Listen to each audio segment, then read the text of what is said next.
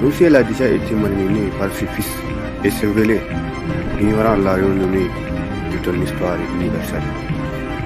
Même si l'histoire en sera témoin que le 28 septembre 1958, le nom de ce culturel a résonné aux quatre coins de l'Afrique occidentale française. Même si ces pugnards pensent avoir le monopole de l'histoire de l'Afrique et de ses fils. Même si ces deux trousseurs ont rendu le Sahel intransigeant et engagé à libérer les Tapo. Même si depuis la rébellion du Tapo, les moutons de la CEDEAO sont devenus des germes de tout ce que nous combattons depuis plus de 6 décennies.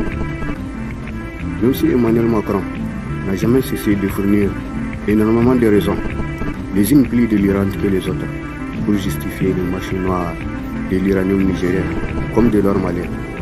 Après plus de 10 années de servitude du Parti nigérien démocratique et socialiste, après 10 années d'allégeance conséquemment engagée à piller le Niger et ses fils, même si la France est beaucoup trop tordue pour penser que les Tapo ne savent pas que les boutons et le tabou de cette sécheresse démocratique qui fissure l'intégrité des nations africaines.